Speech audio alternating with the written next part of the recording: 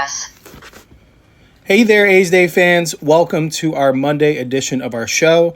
We're excited for each and every one of you for joining to us, listening to everything athletics baseball as we continue on in the athletics off-season. Today is Monday, October 13th. We've got a good show for you. On today's show, we are going to continue our season review, breaking it down by position group. And today, we're focusing on how the infield performed during the 2025 season. Then we are going to touch upon about 4 or 5 different off-season priorities that the A's should focus on as we tease our future off-season episodes where we're going to start releasing mock off-season plans as if yours truly was the A's general manager for the off-season heading into the 2026 season. And then before we get on out of here, we're just going to prelude a little new segment where we want to dive deeper into the history of the A's franchise and talk about some of the A's greats that have come and gone wearing the green and gold between the lines. So we got a fun show for you today. We're going to keep it as entertaining as we can. We understand that the A's are not currently competing in playoff baseball, but hopefully next year at this time, we'll have some ALDS, wildcard, and ALCS previews to bring about for you. And who knows, maybe even further than that. Never know when a team could truly catch lightning in a bottle. After the opening music, we'll get right to this edition of A's Day. Holy Toledo, let's go A's.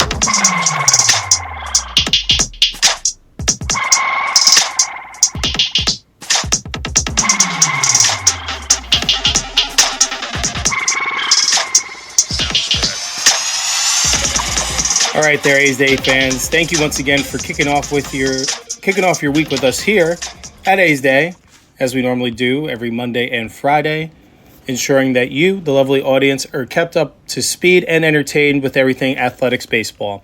Before we jump into our next season in review segment, we want to just give you a continuous reminder of where you can find us outside of our podcast episodes, which you can continue to listen on your favorite platforms wherever you listen to your favorite podcasts, such as Apple Podcast, Spotify, Amazon Music, iHeartRadio, Podbean, so much more where you can find your favorite podcast. You can probably find A's Day too as well. Be sure to follow along with our content on social media too, on Instagram at A's Day Baseball Podcast, on X, formerly known as Twitter, at A's Day Baseball, and be sure to follow our YouTube channel for our video edition episodes of our podcasts, as well as continued unique baseball content with some of your favorite A's. That's going to continue to grow more and more into the 2026 season and beyond. And be sure to be an official subscriber of A's Day. Check out our Patreon site, patreon.com/A's Day for just $2 a month. You'll be entered to win monthly A's Day t-shirts, A's autographed memorabilia, future A's game tickets. We'll even shout you out in an episode as soon as you subscribe, and so much more as we're able to grow this platform collaboratively. All right, let's get to the infield and how it all shook out for the green and gold during the 2025 campaign. So to remain consistent, we are going to start in descending order from guys in terms of games played. So we're going to have a couple guys here that played not even 10 games, so we'll be on the shorter end there. And then our in-depth analysis will get a little bit further the more that we have to talk about. That's just basic common sense. So let's start with this guy who primarily played first base for the A's. He's also an outfielder, but during his time with the A's at the MLB level, he was primarily at first base. Of course, I'm talking about C.J. Alexander. On the 2025 campaign, he batted .176, which was 3 for 17 with a .353 OPS. He played in 6 games. He did end up mashing at AAA Las Vegas with the Aviators. He batted .252 with 10 home runs, 33 runs batted in an .857 OPS. So he was initially invited to big league camp as a non-roster invitee.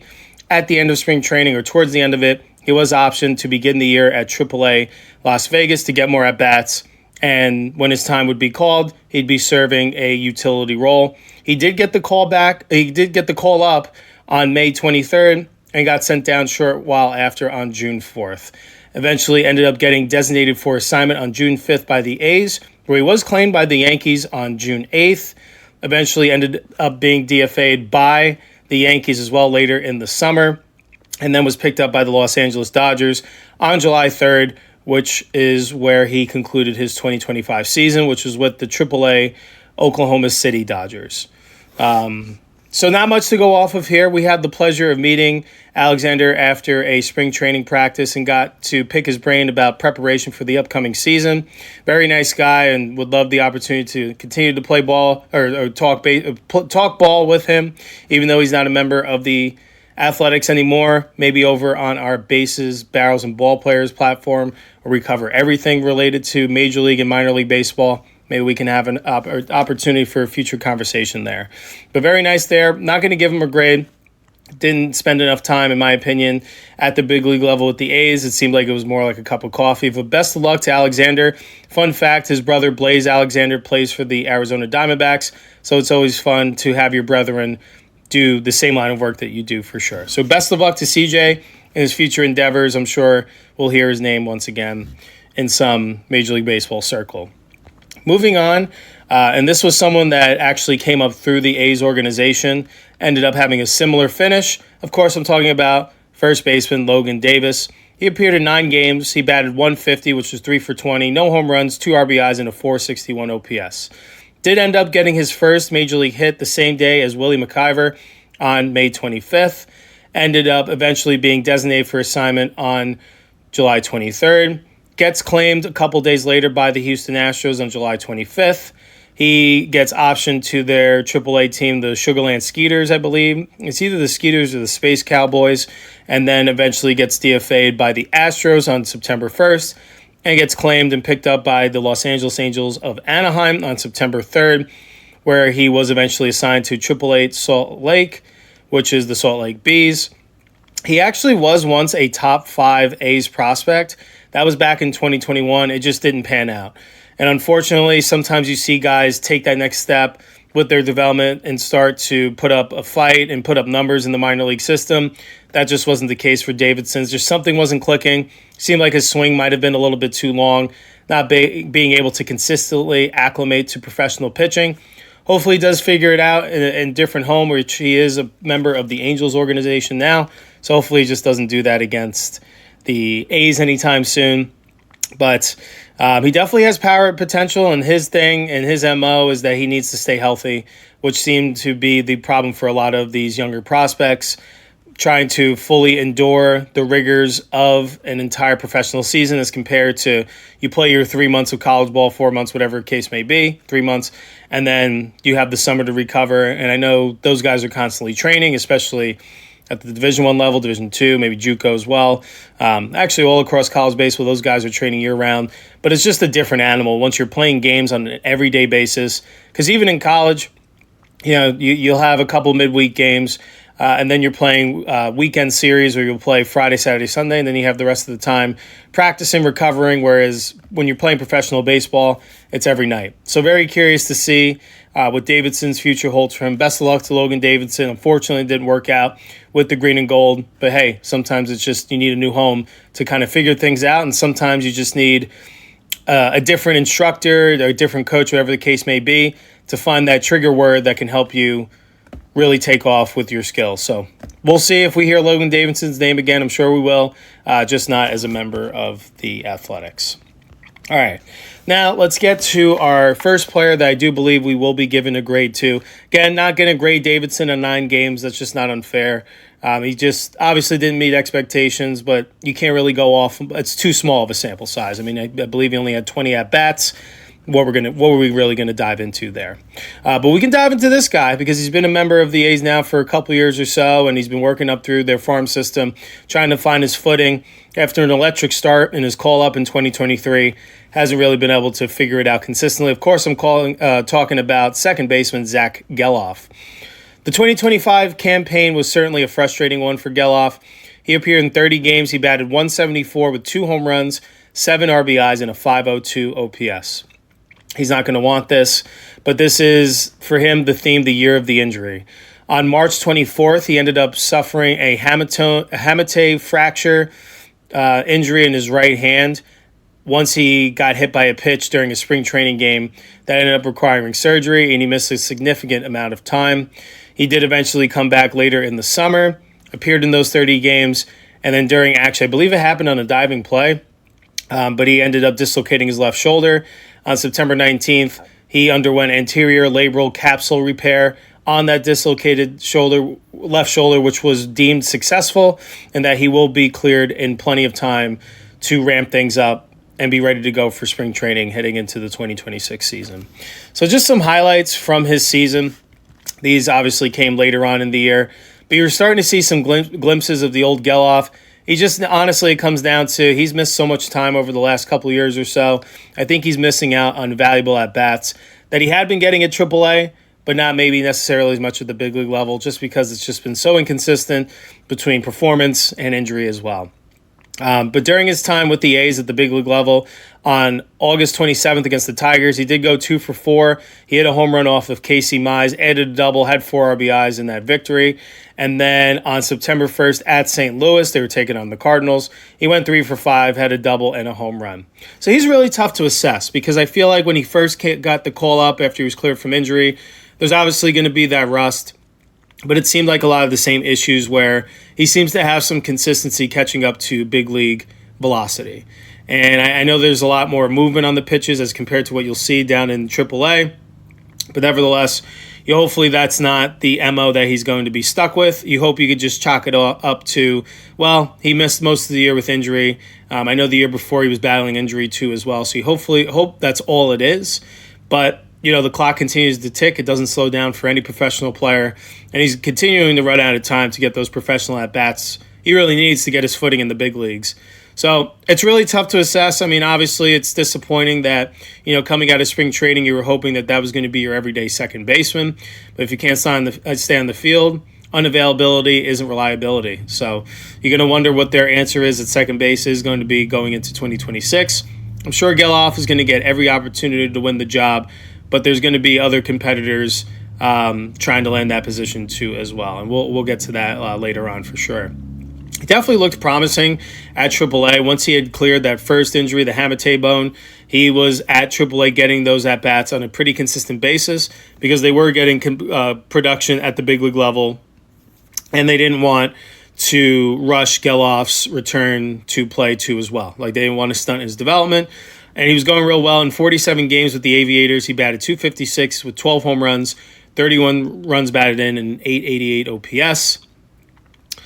We'll see. I mean, I'm really curious. He's someone that I'm definitely marked down as someone to watch heading into spring training camp and early on in the season. Like I said, I have a feeling if I had to predict now, way too early to predict, but I would say he would break the big league club in spring training, being the everyday second baseman and seeing what you got. They do have some depth at the position, and there are going to be battles, and it really just depends on who plays third base, what free agent additions and trades they make in the offseason, because they are going to have to bolster payroll to some extent. And I'm sure that David Force, the general manager, who's been doing a pretty fine job, is going to want some support to be able to continue to build this team in the direction it seems to be going. So I feel like he'll have more of a fair assessment in terms of Geloff once we see him for a more consistent amount of time. But until then, this is just a grade I'm going to give him. I'm giving him a C- just because he couldn't stay on the field. And it's just unfortunate. Obviously, he wants to be out on that field. But due to a couple, one, just getting hit by a pitch, that's really unfortunate. And then the other one, diving for a play. Those are just two freak baseball accidents that you just wonder hopefully there isn't something more serious going on. Some guys do end up turning into injury-prone players. I hope that 2025 is just an anomaly for Geloff and that 2026 is the start of something special. But really excited to do his player profile as we get closer to the start of next season. Really curious to see what he looks like in terms of his ramp up between now throughout spring training leading up to opening day. I know spring training is certainly a time of guys that are getting ready and getting reps, knocking off the cobwebs, seeing live pitching, getting those live at-bats to acclimate the body for a full 162. But Geloff, I do think he's going to fall into that camp of one of those players that spring training is going to mean a lot more than for a lot, to be honest. I think he's got a lot to prove, and I do think they'll give him every opportunity to do so, and hopefully he comes out with his hair on fire, ready to win a job.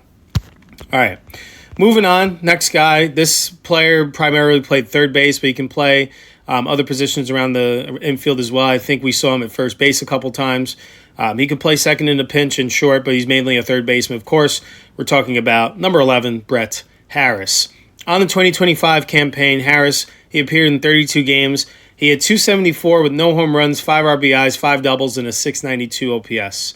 Some highlights from his season. Well, he also had a good game on August 27th, just like Geloff against the Tigers. He went 2 for 3 with 3 runs scored and a double and a walk. And on September 14th against the Cincinnati Reds, he went 3 for 3 with a double and an RBI in that victory.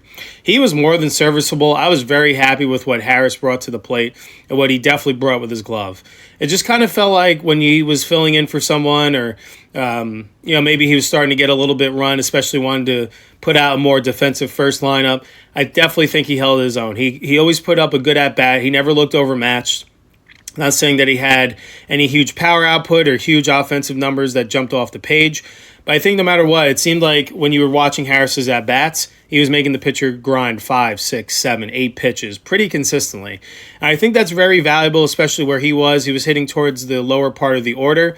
Because of that goal, you want your lineup to continue to have that depth, so you can turn it over as quickly as you can to get to those bigger boppers at the top of the order. And I think he certainly did his part whenever he was in there. He was definitely a joy to watch, and we had the opportunity to meet him after spring training practice, and we asked about his favorite pregame meal, which seemed he was one of many that were very big fans of the acai bowls. So appreciate his time and stopping with us, talking with Hayes Day for a couple of minutes.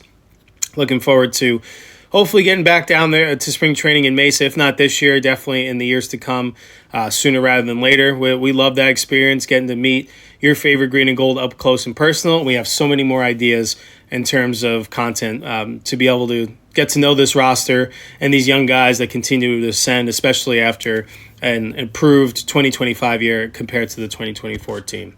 But back to Harris. I think he needs to be in the mix in terms of depth for the 2026 season. I don't think he'll necessarily land a starting role again.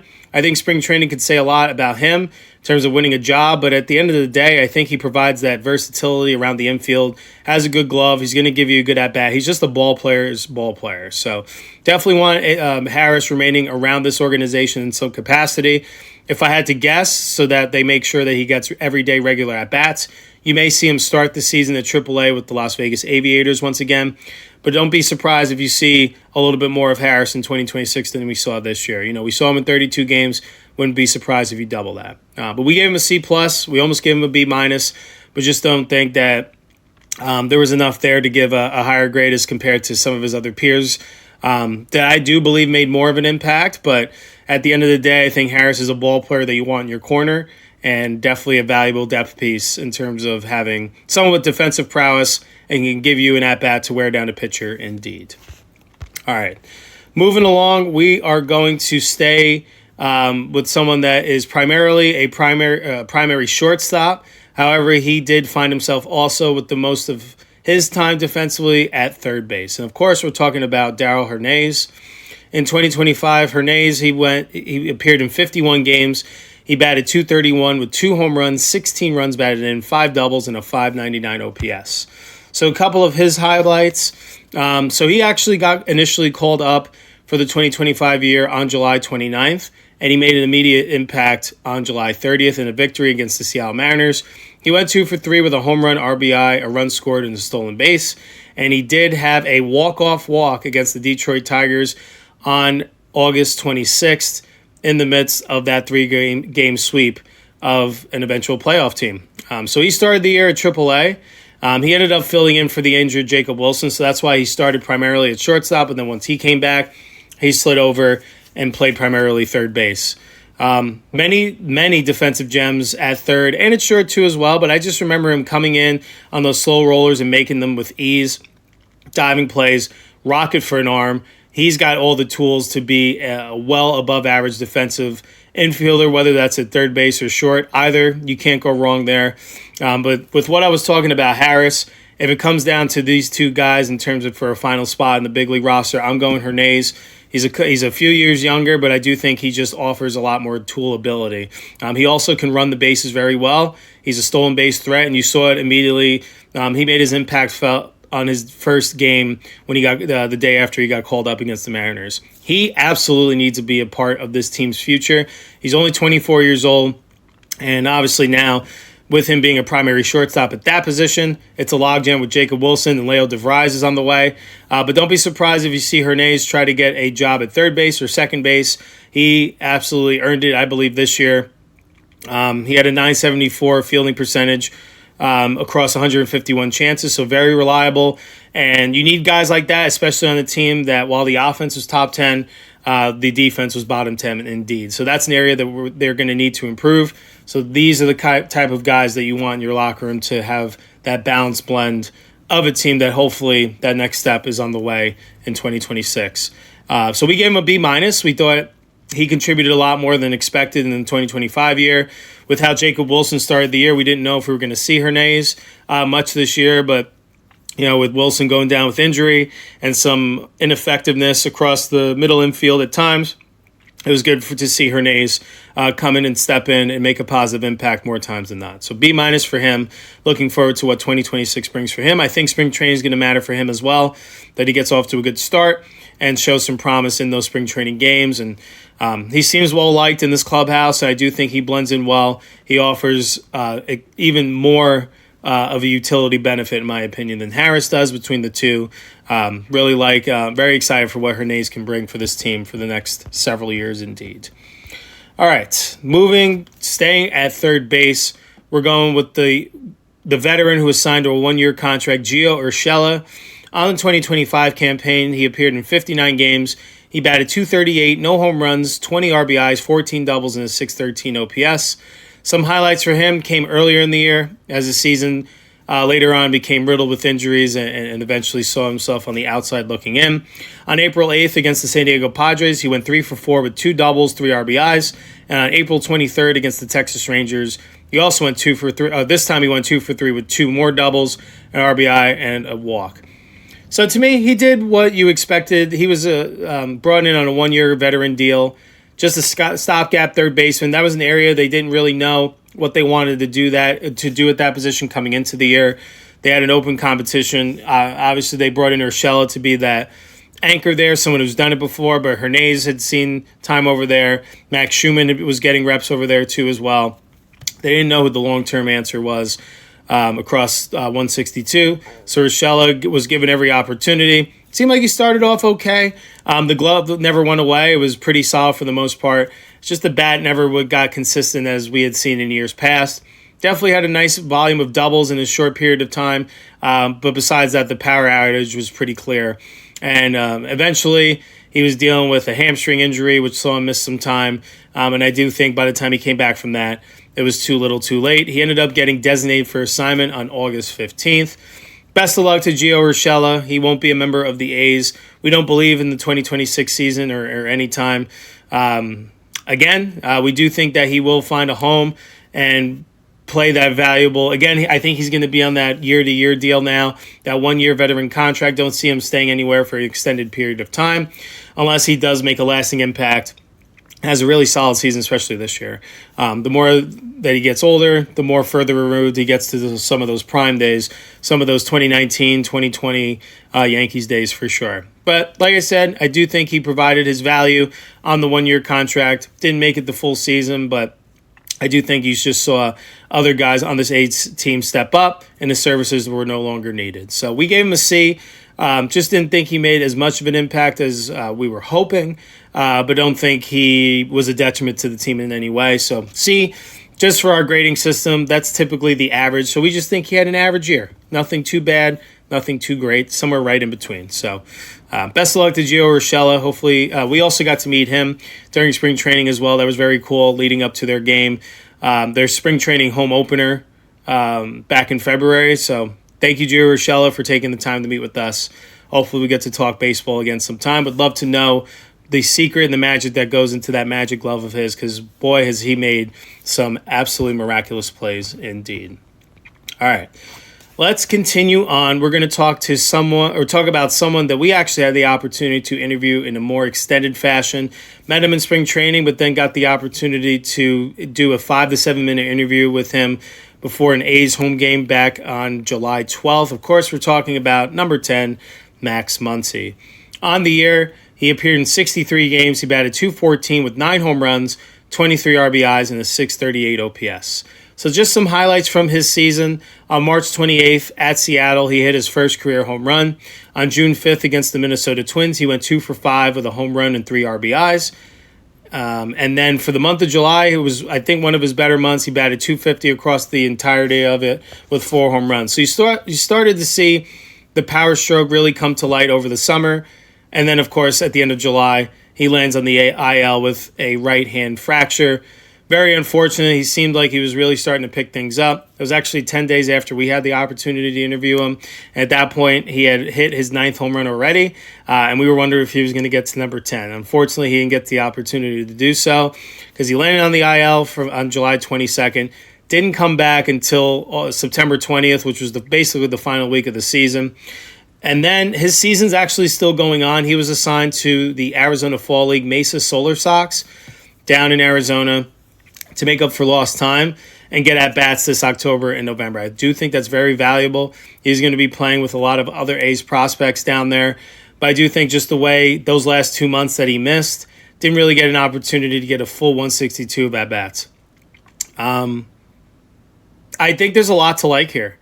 I think he did answer the bell. I would like to see maybe more of a two-strike approach. He does seem to get off his A swing much more than you would expect. But again, that's typical of a younger hitter. I do think there are opportunities that pitchers were feeding into his aggressiveness, and that's when you saw his strikeout rate begin to climb. But there's a lot to like. You love the power numbers. You love the extra base hit ability. And with the glove, he definitely held his own both at second and at third base too as well. So he'll certainly be in the mix. He won a job out of spring training this year. Broke camp with the major league team prior to their season starting up in Seattle. So you got to think he's going to be in the mix to do that once again, because I do think now he's gotten a taste of it. He knows what the expectation is. I do think his preparation is going to be a little bit more focused and steadfast. Really excited to see, if he ends up being at second base, seeing that pairing once again of Muncy and Wilson up the middle.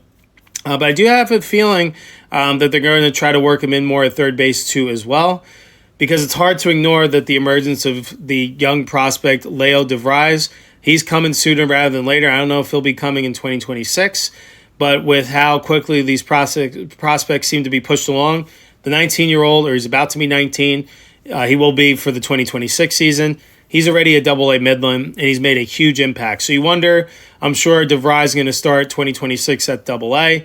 But then from there, I think he'll get invited to big league camp and see what he can show, because I don't think, look at Nick Kurtz. He only spent 30-plus games at AAA before getting the call, and he made an instant impact. So I don't think they'll be scared to pull that trigger if they really feel that DeVries is ready. But that's nothing to go against what Muncy is going to bring to this team. It's just a matter if it's going to be second base or third base. I can see either. I think long-term that you see Muncy more potentially as a third baseman. There's more power in that bat, and I do think he has strong reactionary skills, where you're going to have someone like a DeVries and Wilson that I do think having more of that consistent lateral quickness is going to shore up this A's defense up the middle. Not that Muncy can't do it, but I just think his skill set may be more suited for third base. So we'll see. I think he'll be a positive in either spot. I do think a big 2026 is incoming. Look for a more contacted approach with 2 strikes. I'm not saying that he has to completely change everything, but would love to see a decrease in the K percentage and an increase in the walk percentage from Muncy for sure. Again, thank you, Max Muncy and the A's communications team, for setting up that interview prior to the A's home game on July 12th. He was such a joy to interview, so much personality. We got to talk some good baseball chatter. I have so many other questions for him. So, Max Muncy, if you're listening to this, would love to chat some more anytime at your earliest convenience, especially this offseason. Could be a good opportunity for the fans to stay connected with you and all of your green and gold teammates indeed. But for the year, we gave him a B-. We do think that this grade could increase. But from the rookie, and I do think he had a lot of hype coming in, especially a rookie winning a job out of spring training, I think he more than held his own. Just those couple areas that I think if he tightens up, that he'll be an even more effective ball player for this team in 2026 and for many years to come. All right. Moving back to that 1-year veteran type player, of course, we're talking about Luis Urias. He was very serviceable in his time. He seemed to always put together a good at-bat indeed. During the 2025 season, he appeared in 96 games. He batted .230 with 8 home runs, 25 runs batted in, and a .653 OPS. Some of his highlights, he hit the walk-off homer back on April 27th against the Chicago White Sox in the 10th to send the green and gold faithful home with a 5-4 victory in that one. And then from June 19th to June 21st, he had 3 straight multi-hit games. He's starting to really pick it up there and really being a cog at that 6, 7, 8 spot in the order. Again, he performed as expected. I do think his MO is he's offense first. I don't think he was a complete detriment in terms of with the glove, but you can see he would get caught in between with some balls, which would lead to some extended innings for pitchers. But I don't think it was anything that really held the team back from getting where it wanted to go. He primarily was also appearing at third base, but also played plenty at second as well. He ended up eventually getting designated for assignment on August 28th, getting claimed by the Milwaukee Brewers on September 1st and assigned outright to AAA Nashville. Go Sounds. We gave him a C+, so I do think he was just a little bit above average. I don't think, again, he did anything that jumped off the page, but he came through in some clutch spots. I do think he did a good job buying into connecting at bats. When this team was going really well, I feel like Urias was taking his hits. Maybe not as high of an on-base percentage guy, but he definitely was someone that'll put bat to ball more times than not. So good luck to Luis Urias. I know he's with the Brewers now. Hopefully he gets the stick back at the big league level sooner rather than later for the 2026 season. All right. We are moving along here. We've got 3 infielders left to talk about. We're talking about now super utility man Max Schumann, primarily a shortstop and third baseman. On the 2025 year, he appeared in 101 games, batted .197 with 2 home runs, 13 runs batted in, 4 doubles, 2 triples, 7 stolen bases, and a .568 OPS. Some of his highlights focused on their series down in D.C. On August 7th against the Washington Nationals, he went 3 for 4 in that game with 3 doubles.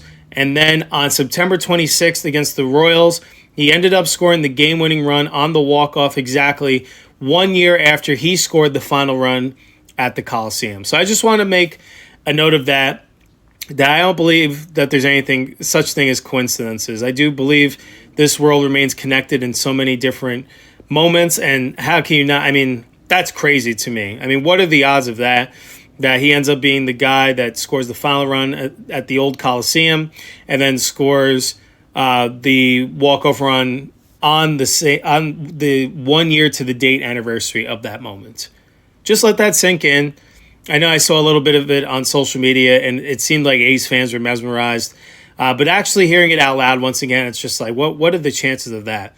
I mean, the fact because Schumann isn't necessarily an everyday guy, and the fact that he had to be there in that moment pinch running, I believe, and had to be the guy in position to score in a walk-off situation. I mean, there's so much that has to line up, and I do believe that life has a funny way of playing out sometimes. So, I just wanted to make a note of that, and I'm sure that moment meant a lot to him, especially scoring the final run in such a historic stadium. And I'm sure he was asked questions about 1 year to the date leading up to that game, and then for him to score the winning run on that 1 year anniversary had to be a special moment for him and his family too as well. For Schumann, he was eventually, before that, he was optioned to AAA Vegas on August 22nd, but then recalled on September 1st and finished the season with the A's. He served as a super utility, mainly in the infield, but played some outfield too as well. He is someone that if you look at his stat line only, it's not going to jump out at you. In fact, it may look subpar to some. But he really grinds out at bats too as well. Results haven't been necessarily there. He does seem like someone that works better on rhythm. And it's just really tough on a team that has such a talented core and a lineup that showed a lot of depth, especially this year, for him to get regular at-bats. So I do think he is someone that gets better the more times he steps in the box, but doesn't seem like that's going to be his role in this team, but he definitely serves his purpose and would love to see what he can bring in 2026 and beyond. Again, I don't think he's going to – he'll get every opportunity to win a job, and I do think he needs to come into spring training with that focus. But at the end of the day, I think we know that if he is back with the A's, his role is going to be super utility once again. He can do it all. He can play good defense in the infield and the outfield. He can run the bases. He's very baseball savvy. And he's going to give you a good at-bat. Might not always end pretty, but again, he will drive up the opponent's pitch count rather quickly, which is definitely a benefit you want in your lineup. So we gave him a C- on the year. We do think the offense didn't perform up to expectations, just slightly below average in terms of his performance as a whole, because like I said, I do think he offers a lot of valuable traits outside of that, besides with just the bat. And again, thank you, Max Schumann. On that same day, July 12th, I want to thank the A's communication department once again and Max Schumann for taking 5 minutes to speak with A's Day. We got to know a little bit about him and how he's like in Sacramento so far and kind of what goes into his mindset of being a super utility guy. You can watch those interviews on our YouTube channel at A's Day Podcast. There's going to be so many more of those in 2026. We are so excited to unveil all of those once those come to fruition. All right, now we're going to get to the last but not least by any means, the two rookie studs, of course. We are going to start at first base, the Big Amish, Nick Kurtz. On the 2025 campaign, we've probably heard this stat line numerous times between A's Day and on our Bases, Barrels, and Ball Players platform. He appeared in 117 games, batted .290 with 36 home runs, 86 RBIs, 26 doubles, and a 1.002 OPS. So here are just some of the highlights from his year, and I was looking at his old game log and old videos. I could have been talking about this for days, to be honest. So we just wanted to shorten it and highlight a couple, just a few of his fine performances from the 2025 campaign. So back on May 13th at LA against the Dodgers, he hit his first career home run. On May 21st against the Angels, he went 2 for 5 with 2 home runs in that one. On June 25th at Detroit, he went 3 for 3 with a home run and 3 RBIs. On July 25th, this was the game that really put Nick Kurtz on the map in terms of the eyes of the national audience, and which many regard as perhaps the greatest game ever played, individual performance-wise. On July 25th at Houston at Dakin Park against the Astros, he went 6 for 6 with 4 home runs, 8 RBIs, 6 runs scored. Absolute video game stuff indeed. I couldn't even believe it when I was watching it. It didn't seem real. He just has that willingness to go to the opposite field. He was taking what they were giving him and driving it with authority. And then the Houston Killer continues on September 25th. He went 3 for 5, and this was in West Sacramento. He had 2 home runs, 3 RBIs. And on September 28th, against the Royals, they lost that game, but he homered in his final at-bat of the season, which got him to the final tally of 36 home runs and aided him in finishing the season above the 1. OPS threshold. So impressive stuff from the Big Amish in his first year. Made his MLB debut on April 23rd against the Texas Rangers. Just amazing what this 22-year-old did in his first year. Last year, he was playing at Wake Forest, ascended through the minors pretty quickly. I believe he appeared in 32 games precisely. He's very nimble, even though he's huge. He's a 6'5", 6'6", something like that. Big guy, but he's very light and nimble on his feet. Had good range at first base. Really excited to see that part of his game continue to develop. But you can see him make some plays where he just left you scratching your head. You're wondering, how did he even get to that ball? His jump ability is off the charts for someone his size, and he has a lot of wingspan to cover a lot of areas. So the Big Amish, he does a little bit of everything, and that was just the appetizer in my opinion. I mean, he's only 22 years old. He still has 3 to 4 years until he's fully grown into his adult body. He's just going to continue to get stronger, and he's going to continue to learn too as well. And I know he already showed a willingness to drive the ball with authority to the opposite field. His 18 opposite field home runs led Major League Baseball. So that's impressive from a young guy, because you know they're going to pitch away from away to be able to avoid his low and in power zone. But he didn't let that affect his offensive productivity at all. Again, he just stays simple with his approach, takes what he gives him, and he can drive it out of the ballpark any quadrant of the plate. So he's going to be one of the tougher guys to pitch to, I would say, moving forward. The one thing that was probably alarming was his high strikeout rate, but he did take his walks throughout the year too as well. So that is typical of a bigger slugger and a younger guy, But that's going to be something where, going into his second year, they're going to look to see him make those adjustments, because pitchers, they got a full year basically of tape on them. They're going to look to maximize those weaknesses, those areas where maybe Kurtz couldn't get to the ball as consistently as some others. He's going to have to turn those weaknesses into strengths, or a little bit less of weaknesses, whatever the case may be. That's the beauty of our game. It's always about adjustments, and I don't think he's going to have a problem adjusting at all. I do think his skill set and where the position he puts his body in to be able to hit the baseball has him be able to make a decision in the moment's notice and be able to drive the ball to all parts of the field. So for his 2025 season, he was nominated for the Hank Aaron Award, which is awarded to the top 10 or one of the top 10 nominated players from each league. So there were 10 guys nominated in the American League, 10 guys nominated in the National League, and Nick Kurtz was one of those 10. So that's impressive stuff, being amongst names like Cal Raleigh and Aaron Judge. Definitely an impressive feat. Don't think he'll win that award, but to just be on that list as a 22-year-old shows you what's to come. And he's well on his way to winning the Rookie of the Year. We've been talking about this for a while. It's going to be either him or his buddy and teammate, Jacob Wilson. That'll be cool to see once the Rookie of the Year voting comes out. Seeing the A's secure the first and second spot in that voting tells you where this team is headed in terms of its exciting young stars. So, based on this performance for Nick Kurtz, we gave him an A+. We just think he did everything right. And obviously, the only downside to his game is that he strikes out a lot. But hey, who doesn't in this modern game? The pitching continues to get better. And that's pretty common, like I said, from a younger hitter transitioning from the college game and minor league to the pros, that there's going to be different pitch profiles that you haven't seen every day. Getting used to the rigors of playing everyday baseball and keeping the body in optimal condition. Do think he was relatively healthy. He had a couple minor injuries along the way, but he never landed on the IL. So we gave him an A+. I couldn't believe what we saw out of him, but we do think now our standard is at a certain point, and we're going to keep an eye on that to see how his sophomore season goes and well beyond as this team continues to ascend. So congrats to the Big Amish. Had a great first campaign. Looking forward to seeing a decade plus more of high-quality baseball from the left-handed slugger. And finally, we're going to go with the infielder that played the most games. We're not considering Soderstrom here because he was mainly an outfielder. I know he started the year at first base, but we talked about Sody. Of course, we're talking about the other rookie sensation, shortstop Jacob Wilson.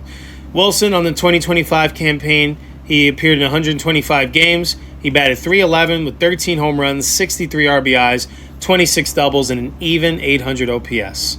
Some highlights from Wilson's rookie campaign. On March 31st against the Cubs, he hit his first career home run. On April 4th at Colorado against the Rockies, he went 2 for 5 with a home run and 3 RBIs. On April 24th against the Texas Rangers, he hit a walk-off single. On the 25th, the following day, he kept his hot hitting going against the White Sox. He went 3 for 4 in that one with a home run and 2 RBIs. On May 5th against the Seattle Mariners, he went 3 for 6 with 3 RBIs, and which concluded with a walk-off single. On May 13th, his first time playing back in his home, his roots in the LA area, taking on the Dodgers, he went 4 for 5 with 2 home runs and 4 RBIs. And on June 5th against the Minnesota Twins, he went 3 for 5 with a home run, RBI, and 3 runs scored. So I do think all in all his defense was pretty solid. There was really nothing that, there would be some physical errors that would occur pretty infrequently throughout the year. If he would get caught on his heels a little bit, or the ball would get a little bit deep in the palm.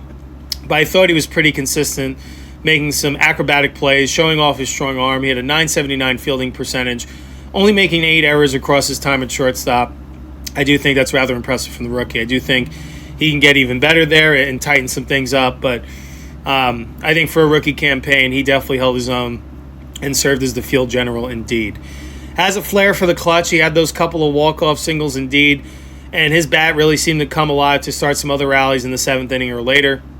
He had a very low strikeout rate and walk rate too as well, so he was just high contact ability, not wanting to get into 2-strike counts and putting the ball in play. Good things can happen when you put the ball in play. You're seeing that in this year's postseason, and Jacob Wilson would be the definition of a winning player. Ended up being the starting shortstop in this year's All-Star game, and he may just well end up on the All-MLB team too as well. he would have been the Rookie of the Year. In fact, that's how the year started, where he was leading the league in hitting, with batting average and hits for a while, until Nick Kurtz came up. If Nick Kurtz was in the NL, or if he was a year older, we would be talking about how Jacob Wilson deserves every bit of being this year's Rookie of the Year. He had a fine season indeed, and the fact that Kurtz and Wilson would be 1 and 2 in the Rookie of the Year voting really tells you that this A's team has 2 young pillar guys that are going to be here for the long term. I do think can make a positive impact in the middle of what was regarded as a top 10 offense that I think it's only continued to get better. We gave Wilson an A. Just, I think the only thing was just that I could see was just, him missing some time once again. I do think the year before as well, that was something that was hope, and what has happened in the minor leagues a little bit, that he seems to miss time at some point. We hope this doesn't become a common theme. I know he did make a concerted effort to come into this season, gaining about 15 more pounds of muscle with improved nutrition, more flexibility, and strength training in the gym too as well. You wonder what plan he has going into 2026 to see if he can get a little bit closer to that 162 number. But so much to like from Wilson. We had the opportunity to meet him both in spring training, where we asked him a couple questions about his time at GCU and what he likes before his for his pregame meal too as well. And then we got to meet him on the field leading up to the A's game against the Mariners when we were up in Seattle at the end of August. So very nice guy.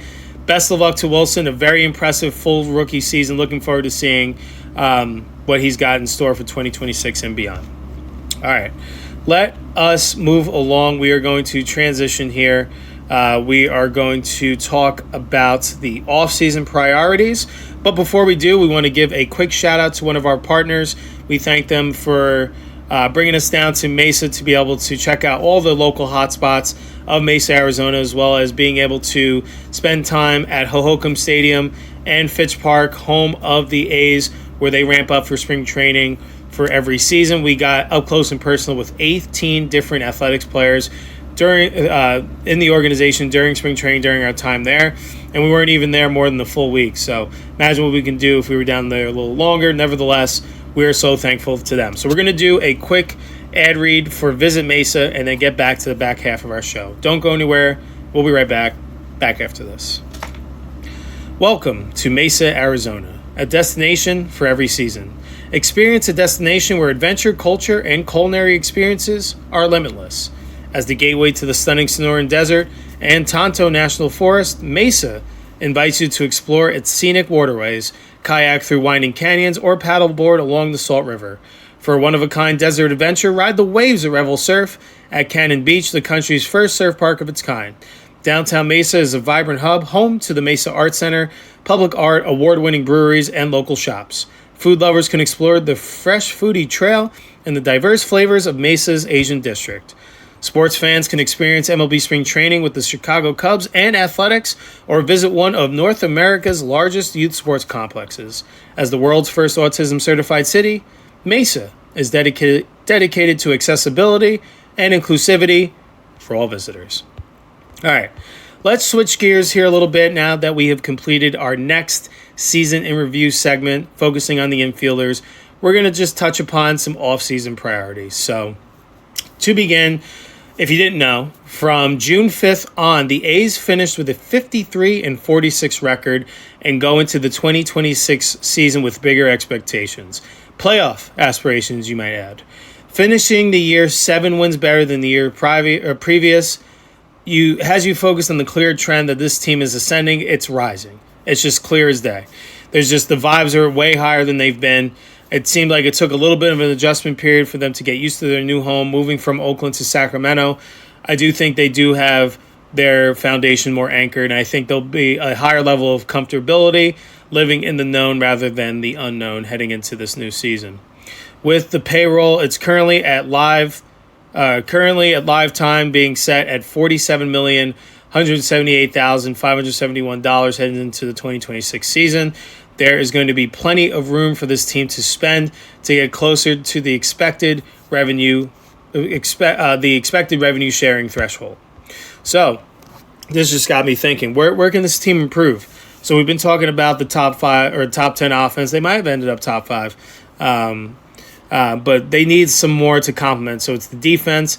But first, we're talking about we think we need to know what the pitching rotation configuration is going to look like to complement this top 10 offense. So the rotation, as it said, if I had to guess, this is what it would be heading into next season. It would be Severino, Springs, Luis Morales, Jacob Lopez, and JT Ginn. Now, when you look at this year's free agent class, there's not a ton that jumps off the page across the board in terms of all positions, but I do think there are some guys that I believe that are at least worth taking a look at. So I think started out in the price range with a couple of veteran arms. I think they're more doable to add to the back end of this rotation. And then I had a couple dreams I added if they're really looking to bolster payroll. So we started Chris Paddock, $10 million a year is his market value according to Spotrac. And Jack Flaherty is a pending free agent. He finished the year up with the Detroit Tigers. He's valued at $14 million a year. So if you can get one of those two guys, I do think bringing some veteran experience at the back end of that rotation can add to this pitching depth. And I do think just having someone in there, I would really like Flaherty, to be honest. I mean, that's someone that's really proven that he can get outs, has that postseason experience, and he has that grit. Wonder how much he has left in the tank, and wonder if he's looking for more of an extended long-term contract. Flaherty would be someone I would bring in on a 1-2 year deal at most. But nevertheless, really looking forward to seeing what additions they may make to the starting pitching rotation. Some other options that we had, Shane Bieber, if he does end up opting out of his player option once his season ends with the Blue Jays, he's valued at $24 million a year. And then these two were really some dream scenarios. Like if the A's are going to dish out an extended contract and get close to this market value or exceed it, again, depends on what their focus is going to be heading into 2026. If they want to get significantly closer to that tax revenue threshold, or if they kind of want to keep things business as usual until they get to Vegas. But two guys that I had, Ranger Suarez, he would be a top end, and Michael King, those would be top end of your rotation guys indeed. Suarez is valued at getting $26 million a year, and King is valued at getting $22 million a year. So we'll see how it all shakes out. Just wanted to get your mind thinking, starting to think in terms of off-season mode. We're going to be playing GM a little bit here shortly. So these are just some ideas we're throwing around. They also do have some in-house candidates. So we saw Mason Barnett get his first go-around in the big leagues this year. You wonder, I think his spring training is going to matter a lot to see if he can get out big league hitters consistently, or if they're going to go with one of their other prospects or, again, an outside candidate. But some other in-house candidates in their farm system are Gage Jump and Braden Nett. Really looking forward to seeing. Hopefully they get invited to big league camp as well, just to get a taste of what it takes to compete at that level and see how they perform. I think worst case scenario, they both get the start up at AAA Vegas. But then you may see one of, if not both of these guys at some point during the 2026 year. All right, our next topic of discussion, who's going to be the closer, right? So we know that after the Mason Miller trade, it was closer by committee. From July 31st till the end of the season, they really needed to figure out how are they going to bridge the gap from starting pitching to securing victories, hopefully more victories than not. And while they certainly answered the bell, the A's bullpen had the second best bullpen ERA in all of baseball at 2.99, only behind the Cleveland Guardians, who had the best one in that time frame with a 2.93. And the reason why we marked it to kind of see the statistical breakdown from July 31st, that is when Mason Miller was traded from the A's to the San Diego Padres, when the A's got in return DeVries and a bundle of prospects in addition. So they started going with their closer by committee.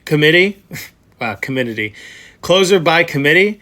Basically, they were going to ride with the hot hand, and it really seemed like Hogan Harris led the charge there. He had a sub-1 ERA over the final month and a half of his season. He seemed to live for the tight moments, coming in with runners on and getting and tight-roping his way out of jams.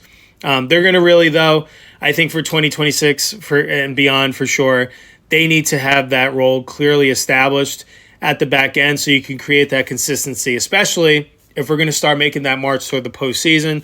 We can't be rolling the dice and going with different arms to close out games. Now, it's good that different guys have that experience so that in a pitch, if there's injuries, if there's ineffectiveness, you can go to guys in that situation. Now, well, they've done it before. Let's see if they can do it again. Some in-house candidates are Hogan Harris, Tyler Ferguson, Elvis Alvarado, Eduardo Nunez, Henry Baez, Nunez and Baez, those were two of the arms that were dealt over in the Miller trade from San Diego. And then just threw out some free agent candidates I do think could come in at market value where the A's can handle. Ryan Helsley, who's formerly of the Cardinals, and I believe he got traded to the Mets. Devin Williams, who finished up the year with the Yankees, and Hunter Harvey, who finished the year with the Nationals. All right, so that'll be really interesting to see. I do think that's an area that seemed to be gloomy at the time of the trade deadline, but I think you can look upon it with a lot more hope now. I do think there are guys that have that mentality that can come in and close out those final 3 outs, which are the most difficult to get, in my opinion, especially when all the pressure's on you in the 3 runs or less situation. But I do think they have guys that have succeeded in doing it. In my opinion, out of the in-house candidates, I would love to see Alvarado get that chance. I mean, a guy that's throwing a consistent 100 miles an hour, and it seemed like the more time that he got out there on the mound, the more intent he threw with. I do think there's a lot of potential with Nunez and Baez, and it's nothing against what Hogan Harris did. I just think his role can be served a lot better being a multi-inning guy. Wouldn't mind, if you're having some starters not make it through more than 5, if you have Harris be that bridge to be the 6, 7, maybe even 8, because he is a former starter. I do think he is someone that can elongate his outing a little bit more. So I just think his versatility, if he was just the team's set closer, would kind of hinder the positive effect that he can touch upon this team in multiple different facets, which is why he wasn't necessarily at the top of my list to be the closer. Granted, if he comes out of spring training and has been the most dominant reliever, then go ahead. I want the guy that I feel best about that's going to get that 27th out and preserve the victory more times than not. Okay, briefly, we will talk about, I do think there are 3 guys that are lining up to continue the trend of the A's young star getting contract extensions. I do think there's a couple of guys on this list that you should get it done sooner rather than later before their value gets exuberant. Of course, I'm talking about Nick Kurtz, Jacob Wilson, and then thirdly, Tyler Soderstrom. I think he showed a lot this year, and I don't think you're in the biggest rush out of those 3. I think Soderstrom will get the extension last, but wouldn't mind if the A's went out and secured this young core, guarantee that you can keep them together for the next 4, 5, 6 years, whatever your case may be. We've already gotten Butler with that 7-year contract. They gave Rooker the extension. Would love now to see continue on with this trend of Nick Kurtz. Something I valued at maybe 7 years, 125. Tyler Soderstrom maybe 6 years, 44, and maybe Jacob Wilson 5 years, 55, something like that. Again, these are all very team-friendly contracts, but I do think these guys are going to appreciate the opportunity to be revered by that organization that they want around here long-term. I do think that's going to continue to speak volumes to flip the script on this regime. Like I said, General Manager David Forst, I think he's done a great job. I do think he wants to keep this positive momentum moving forward. So hopefully he has good talks with ownership and they want to continue on with this clear theme of keeping their guys in-house as compared to having them build up their value and letting them go once they get too expensive. All right. And then last but not least, but we kind of touched on it while we were talking about Max Muncy, his season review. But who's going to be the second baseman for the 2026 A's? Your obvious in-house candidates are Zach Geloff, Max Muncy, Darryl Hernandez. Is Leo DeVries going to be in that mix? Is he going to be the shortstop in 2020 at some point? Or is he going to get looks at shortstop in 2026? I don't think so. I don't even know if he's going to get looks at second base for the 2026 season. I keep going back and forth here, but I do think he is ascending quicker sooner rather than later. And what he did at Double-A this year, DeVries, it's hard to not take a look at. In 21 games at Double-A, he hit .281 with 5 home runs, 16 RBIs, 7 doubles, and a 910 OPS. He's very hitterish. In fact, there were talks when the A's pulled off this trade. I can't remember the source, but it was either a scout or another opposing general manager said that Force just got the infield version of Juan Soto. I mean, that's just not a comparison you throw around about anybody. And I do think it's because he is mature beyond his years and he controls the strike zone. You're not going to see a high chase rate. You may see some strikeouts when he's adjusting to a new level of pitching, but within about a week or two, all of a sudden something switches. He sees he learns. He's a fast learner, and you can see if he had a slow start today at high A, and then eventually took off there. Had a slow start at Double A, and look how he finished up, mashing home runs in there during their championship run for the Midland Rockhounds. Obviously, he is only going to be entering his age 19 season, so you don't want to rush along his development. But nevertheless, that kind of seems to be the trend of how these teams are operating. And I think part of it, and we can have a discussion about this on another episode, perhaps on our Bases, Barrels, and Ball Players outlet. But I do think that does speak to where the development in our minor league systems are currently lying. Because what it used to be about was teaching the game of baseball, teaching these young kids how to be professionals, how to learn the fundamentals, how to do all of that right, implement different baseball tactics to help be a part of a championship DNA, being a part of a championship team. Well, now it seems like a lot of what's talked about and what is seen is metrics. With the modern era of analytics, what all these scouts seem to be looking about is how hard a guy can throw and how fast he can hit it and how far he can hit it. Now, I do think there's a need for both of those parts in the game, but I do think the reason why why we're seeing a lack of fundamentals and why we're seeing guys maybe not look as ready at the big league level as they once did is because of those missing teaching points. However, if those aren't going on in the minor leagues anyway, might as well see what they got at the big league level. Maybe they could learn some picking from brains from guys that are at the major league level, guys that have learned that way, have gone through just getting through by their metrics and then learning basically on the fly at the major league level. Now, I'm not saying that's how the A's operate on a day-to-day basis. That's just my thoughts on baseball operations across the whole league. I do know some teams do it a lot better than others. It seems like the A's are doing something right because they lately have been churning out all these top prospects and getting them to the big league level. So, more than not have panned out. Not everyone has, but that's with any team, and that's how it's been, and that's how it's going to continue to be for as long as baseball exists. But will we see DeVries have an opportunity to win the job at second base? Maybe. In fact, I do think you'll see him in Major League Camp. I do think it's going to be valuable experience for him to start to get to know these guys on this young core. Like I said, pick their brains, what makes them successful big league hitters, and then just to get to know each other as people, because at some point, DeVries is going to be a part of this big league club. Whether it's 2026 or 2027, he's coming. I'm very excited to see the number one overall prospect in all of baseball, the number 3 prospect in all of baseball, the A's number 1 prospect. See what he can do heading into spring training. Most likely he'll start the year at Double A Midland. Unless he has a crazy spring training and really jumps off the page. I do think this is going to be a big offseason of his development to see what he does in terms of jump from what he's experienced at Double A, see if he can replicate that and build upon it for sure. So we'll see. Some out-of-house candidates. A couple interesting free agent candidates that they have at second base are Gleyber Torres, who's going to probably cost a bit more out of the price range that they would like. But again, if your goal here is to supplement the roster, I would like to bring in guys that can produce, but then also have that postseason experience too as well. And during his time with the Yankees and then most recently with the Tigers this year, I think Torres brings a lot there. A lot of stability at second base, what they've been looking for.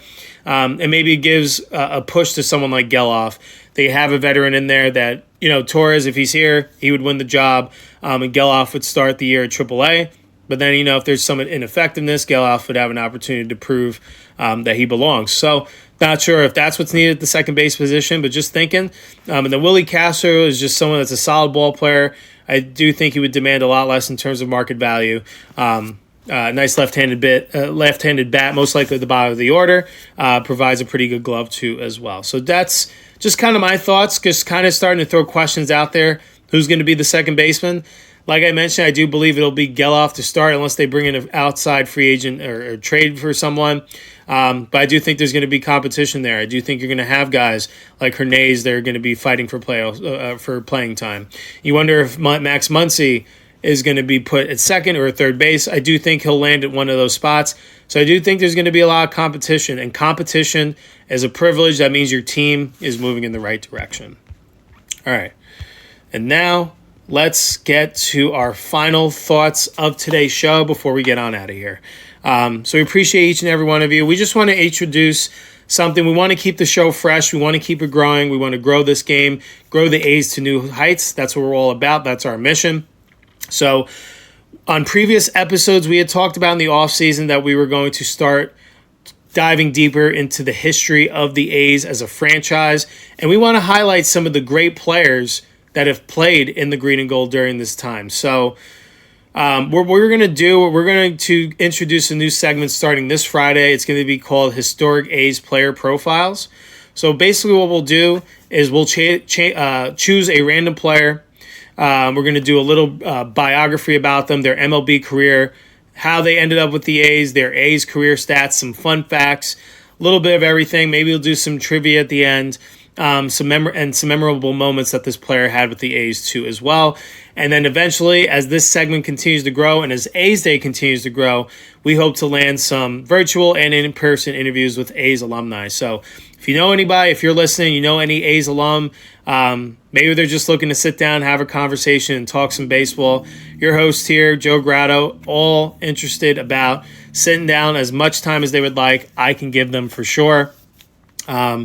If you do know somebody, or if you're an A's alum, if you're listening to this, DM me on our Instagram at A's Day Baseball Podcast, or you can reach out, send an email at a'sdaybaseballpodcast@gmail.com.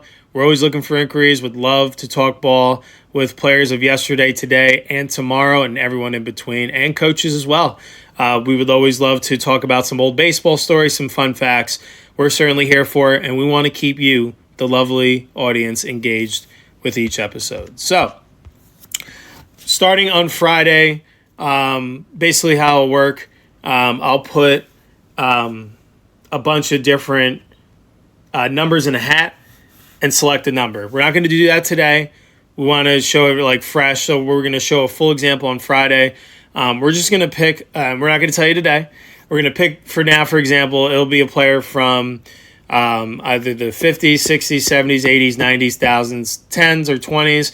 We'll have all those labeled in a hat, pick one out, and then the following episode is going to be a player from that era. So for today's show, we just wanted to pick one from random. We're going to pick an A's player from the 80s, and we're going to be talking all about them on Friday's show. So very exciting to be introducing a new segment. Keep A's Day fresh. Keep us all engaged, as it's going to be a long off season until we see the green and gold back in action. But we're excited to discuss athletics baseball from so many different angles. We'll be certainly glad that each and every one of you tune in. And with that, that brings us to a close of another edition of A's Day, this Monday edition of our show. On today's show, once again, we did our next season in review segment where we focused on talking about the 2025 A's in position groups today. We talked about the infielders, and then we talked about some pressing offseason discussion, the offseason priorities where the A's need to focus heading into the 2026 season to continue to build upon this momentum moving forward toward reaching their postseason aspirations, where I do think this team can be in the postseason dance, or at least in the mix next season, to see how they're going to supplement it in some positional battles that are going to be going on into spring training. And then we talked about introducing a new segment where we're going to be doing the historic A's player profiles, which give us an opportunity to dive deeper into the history of this great franchise. We'll be back on Friday. We're going to continue on with our next season review segment. We'll be talking about the starting pitching. We're going to talk about every guy that got at least one start this year, give a grade, give our thoughts, some highlights, all of that good stuff. And then we will also be rolling out our first historic A's profile segment. So we hope you enjoy it. Certainly stay abreast with all of A's news through our social media platforms. If we have any updates, we'll be sure to add upon it for our Friday show and on social media too as well.